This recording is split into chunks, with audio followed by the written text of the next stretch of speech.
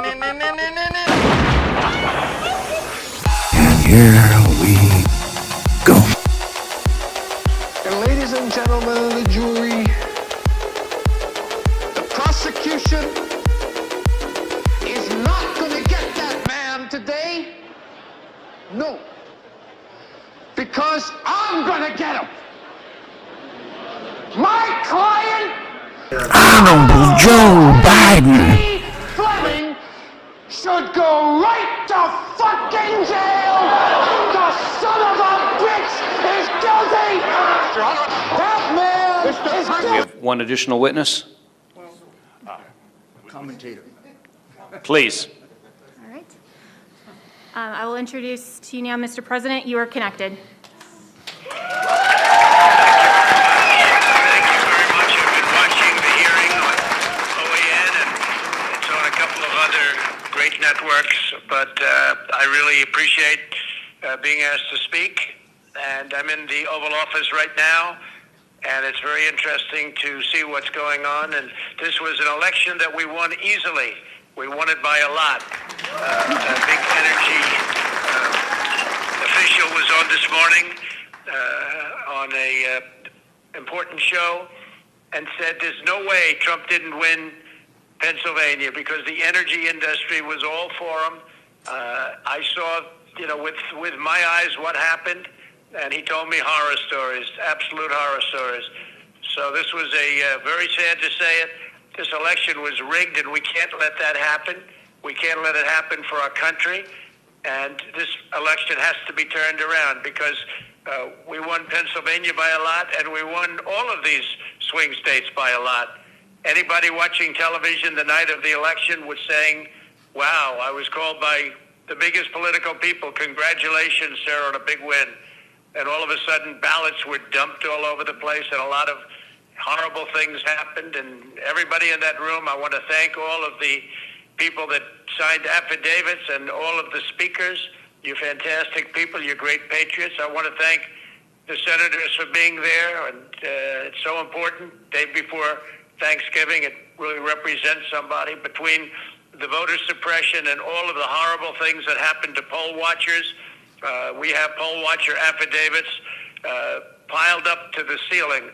They're all over. They were treated horribly all over this, all of these swing states. I mean, virtually all of the swing states. And many other things were happening that were horrible, just horrible. But the poll watchers weren't allowed to watch. They were, in many cases, whisked out of the room, not only into pens that were 20, 30, 40, 60, 100 feet away, where you couldn't even see. They were using binoculars. People are reporting that they had to use binoculars, and that didn't work. If you were a Republican poll watcher, you were treated like a dog. And the Democrats had no problem, but they were rough. They were literally pushed out, and it was rough tactics. This is what happened here. This is not the United States of America, what happened, and I think everybody knows that. That's why you're there, and that's why you're so vehement about it. We have many cases of people walking in. A woman, an elderly woman, walks in looking forward to voting November 3rd and says, oh, good, where would I go about voting? I'm sorry, you've already voted. Your ballot is in. I said, no, I didn't vote. No, your ballot is in. You've already voted. In all cases for Biden, by the way. She said, no, I want to vote. Nope, your ballot is in. And then they give her a provisional ballot to sign, which goes nowhere. It's a disgrace that this is happening to our country. We won this election by a lot. We got 74 million votes. And if you would have said 74 million votes the day before the election, every single professional in the business would have said there's no way of beating that. We got 11 million votes more than we had 4 years before in 2016. And we got many votes more than Ronald Reagan had when he won 49 states. And nobody would have said we even had a chance of losing.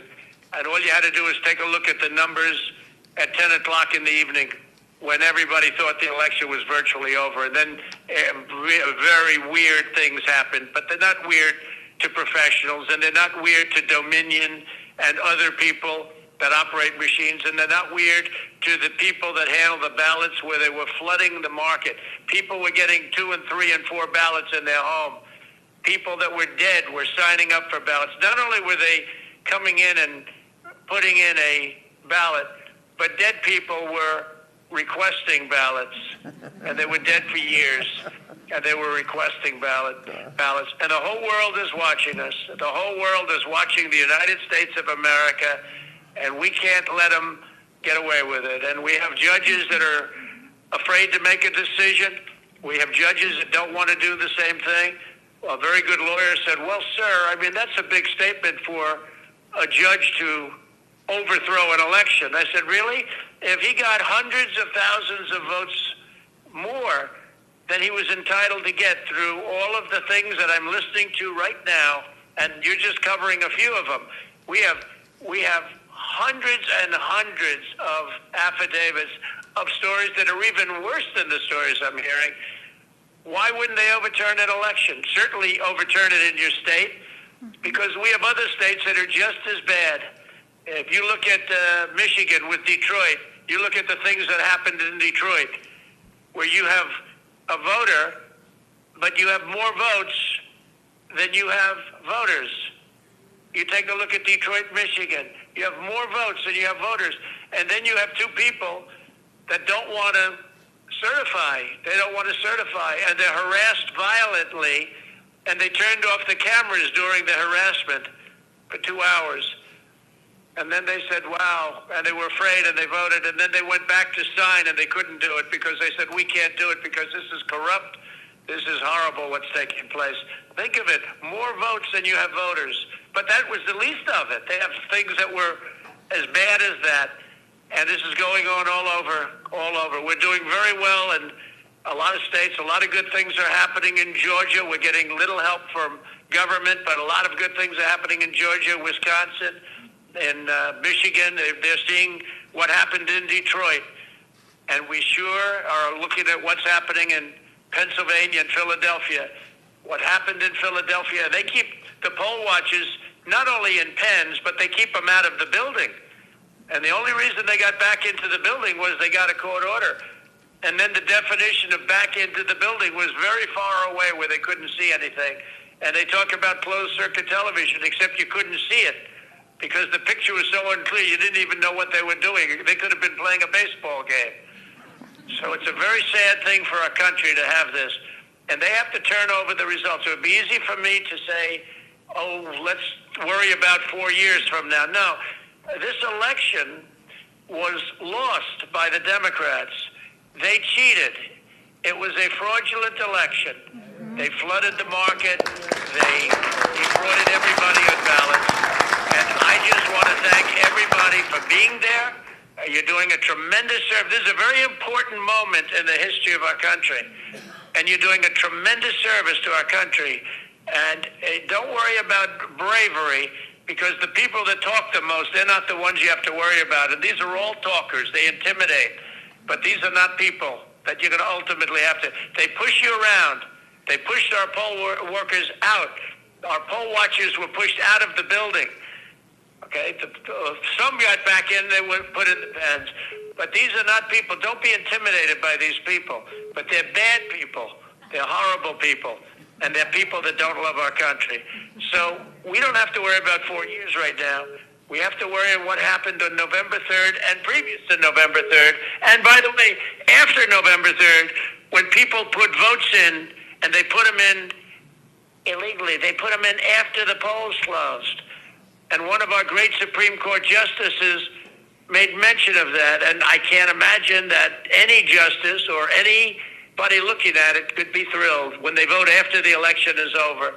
So I want to thank everybody very much for being there. I want to thank the state Senate, respected people, tremendous people, and you're doing a tremendous service for our country. And if something was done wrong, if this election was won fraudulently... Quiet.